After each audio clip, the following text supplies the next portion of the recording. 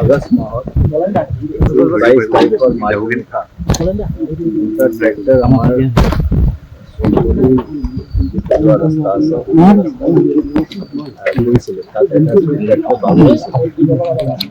Tractor বাগৰিছিলে সেইটো সময়ত তাত কনষ্ট্ৰাকশ্যন মেটেৰিয়েল আছিলে আৰু সেইটোৰ লগত চিটি পুলিচে এৰেষ্ট কৰিছিলে। তেতিয়া আমাৰ নলেজত এই কথাটো আহিছিলে যে কনষ্ট্ৰাকশ্যন চলি আছে। সেইটো সময়ত আমাৰ মনত এটা আৰু ডাউট আছিলে যিটোকে যোৱা 1.5 মাহ 2 মাহ ধৰি আপোনালোকে দেখিছে কিছুমান নতুনকৈ বাংলাদেশৰ পৰা ঘূৰি অহা মানুহ বাংলাদেশৰ পৰা অহা মানুহ অসমত আৰু অসমৰ পৰা বেলেগ বেলেগ জেগাত যাব বিচাৰিছিলে। এতিয়া আমি সেইটো ভাবিছোঁ তেনেকুৱা এতিয়া ইয়াত চলি আছে নেকি এইটো আমি মাননীয় মুখ্যমন্ত্ৰী মহোদয়ৰ নলেজত তেখেতে আমি ডাইৰেকশ্যন দিছিলে আমি সেইটো কাম কৰিলোঁ। এতিয়া আমি জিলা প্ৰশাসনৰ লগত কথা পাতিছিলোঁ। কথা পাতি ফাৰ্ষ্ট আমি সেইটো লৈছিলোঁ যে এই মাটিৰ ষ্টেটাছটো কি আছে। জিলা উপায়ুক্ত ডাঙৰীয়াৰ পৰা আমি খবৰ পোৱা মতে এইটো হ'ল সোণাপুৰৰ ট্ৰাইবেল বেল্টৰ মাটি মানে 1886 যিটো আছাম লেণ্ড ৰেগুলেশ্যন আছে সেইমতে কিছুমান area protected tribal land declare কৰা হৈছে আৰু কিছুমান specific class of persons protected class বুলি কোৱা হৈছে আৰু তেওঁলোকেহে তাত থাকিব পাৰে। তাৰপিছত 1950 1886 ৰেগুলেশ্যনৰ মতে 1950 চনতে বেল্টটো ট্ৰাইবেল বেল্ট বুলি ডিক্লেয়াৰ কৰা হৈছে। এই ষ্টাডি কৰি দেখা গ'ল যে ইয়াত যিখিনি মানুহ বসবাস কৰি আছে নতুনকৈ যিটো আহিবলৈ চেষ্টা কৰি আছে ক্লাছৰ ভিতৰত নপৰা কথাটো যেতিয়া জিলা আয়ুক্ত ডাঙৰীয়াই আমাৰ আৰক্ষী আয়ুক্ত আৰু গভৰ্ণমেণ্টকো জনাইছিল তাৰপিছত গভৰ্ণমেণ্টৰ পৰা ডাইৰেকশ্যন দিছিলে আছাম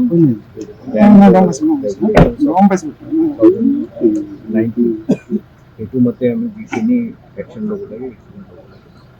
তাৰপিছত আমাৰ প্ৰায় 7 দিনক ইয়াত মাইকিং কৰা হ'ল যেনেকৈ আপোনালোকে বসবাস কৰি আছে সেইটো বেআইনী হয় আইনগতভাৱে নহয়। 7 দিন মাইকিং কৰাৰ পিছত সোমবাৰে তাৰমানে 9 তাৰিখত ইয়াত এভিকশ্যন এজ পাৰ ৰুলছ কৰা হৈছিল। 9 তাৰিখৰ পৰা এভিকশ্যন ভালদৰে চলিছে। যোৱাকালিলৈকে 248 মাটি ইয়াত এভিক্ট কৰা হৈছে। প্ৰায় 151 মাটি এভিক্ট কৰা হ'ল আৰু প্ৰায় 300 মান ঘৰ আছিলে যিখিনি ইয়াৰ পৰা এভিক্ট কৰা হ'ল। যোৱাকালি হঠাৎ এটা ছেকশ্যনে উঠি আহি পুলিচক টাৰ্গেট কৰিবলৈ ল'লে। দা জাঠি দাও দিবলৈ পুলিচক টাৰ্গেট কৰা হ'ল। তাৰপিছত ৰেলৱে লাইন আছে ওচৰত ৰেলৱে লাইনত যিখিনি পথাৰ আছে পুলিচৰ আমাৰ বহুতখিনি গাড়ী ডেমেজ হ'ল। প্ৰায় আমাৰ 22-23জন পুলিচ আৰু গভৰ্ণমেণ্টৰ যিখিনি বিষয়া ডিউটিত আছিলে তেওঁলোকে ইনজিয়াৰ্ড হ'ল। প্ৰায় গোটেইখিনি কোৰ্টত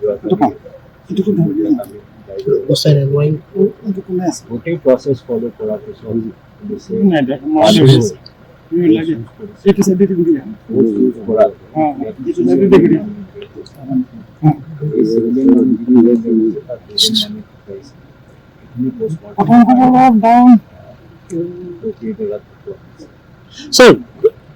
বাইদেউ কি ক'ব যোৱাকালি যিখন এক অপ্ৰীতিকৰ পৰিস্থিতিৰ সৃষ্টি হ'লে সন্দৰ্ভত ইতিমধ্যে আৰক্ষী সঞ্চালক প্ৰধানগৰাকীয়ে সেই নিজেই পৰ্যবেক্ষণ কৰিছে।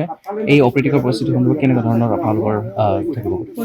পোনপ্ৰথমতে মই সকলোকে নিন্দনীয় বুলি ভাবিম যিসকলে যাৰ উচতনিত ইয়াত থকা ব্যক্তিসকলে কালি আমাৰ প্ৰশাসনিক বিষয়াসকলক আক্ৰমণ কৰিলে আঘাতপ্ৰাপ্ত কৰিলে তাৰ বাবে তেওঁলোকক মই গৰিহণা দিছোঁ আৰু নিন্দনীয় লজ্জাজনক।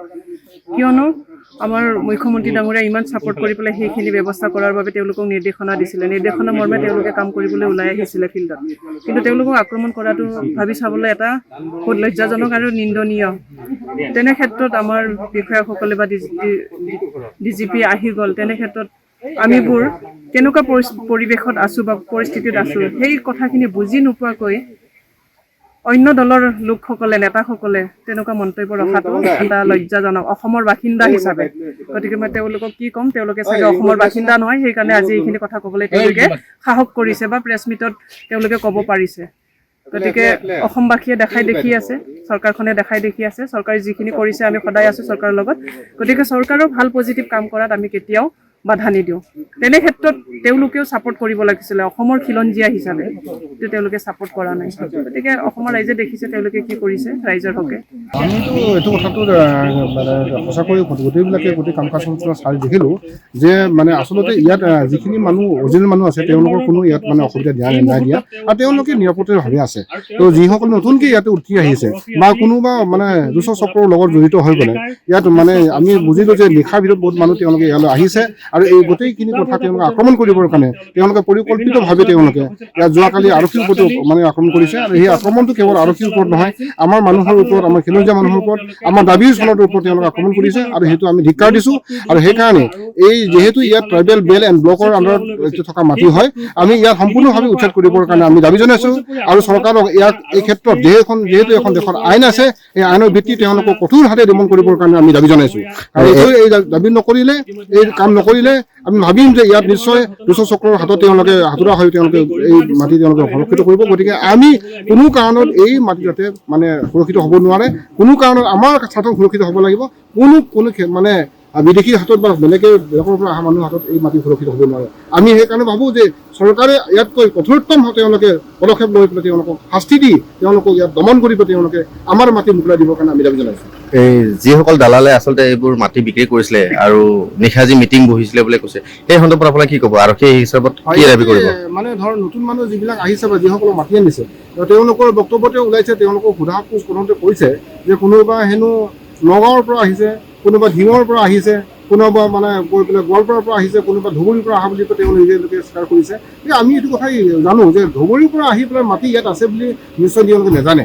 কোনোবা ইয়াৰ মানে ইয়াত মধ্যভোগী মানুহ আছে, আৰু সেই থকা মানুহবিলাক ইতিমধ্যে আমি ৰেচাউট কৰিছোঁ। তেওঁলোকৰ নামসমূহ কিছুমান তেওঁলোকৰ লোকেল মানুহে আমাক দিছে, আমি পাইছোঁ, এই কথাখিনি আমি কালেকশ্যন কৰিছোঁ। গতিকে ইয়াত দুষ্ট চক্ৰৰ মানুহ ইয়াত সোমাই আছে, আৰু সেই মধ্যভোগী মানুহবিলাকে ইয়াত মানুহ মাতি আনি আছে, আৰু সেইসকলক আমি সাৱধান কৰিছোঁ যে এই ঘটনাৰ পিছত যদি তেওঁলোকে আকৌ মাতি আনে তেনেহ'লে আমাৰ লগতো এই সংঘাতটো যাতে নাহে, আমি যাতে সংঘাতটো যাতে মানে যাব নালাগে তাৰ কাৰণে আমি দাবী জনাইছোঁ। আৰু তেওঁলোকক মানে আমি সাৱধান কৰিছোঁ যাতে পৰৱৰ্তী সময়ত তেওঁলোকে আকৌ এই ধৰণৰ উচতিমূলক কথা কৈ মেলি পেলাই ইয়াত মানুহ আনি তেওঁলোকে মধ্যভোগী পইচা লৈ পেলাই ইয়াত যাতে মানুহবিলাকক ইয়াত বহাৰ চেষ্টা নকৰে, সেইটো দাবী জনাইছোঁ। আৰু চৰকাৰক সেইকাৰণে আমি কঠোৰ হাতে যিসকলো কথা বাদ দি জনজাতীয় আইনৰ যিটো আইন আছে, যিটো ট্ৰাইবেল বেল্টৰ এখন এক আছে, সেই একৰ ভিত্তিত আমি মুখ্যমন্ত্ৰী মহোদয়ক আমি অনুৰোধ জনাইছোঁ যে সেই ভিত্তিতে তেওঁ আকৌ যিহেতু কৰিছে কাম আৰু কঠিন হাতে কৰিবৰ কাৰণে আমি দাবী জনাইছোঁ।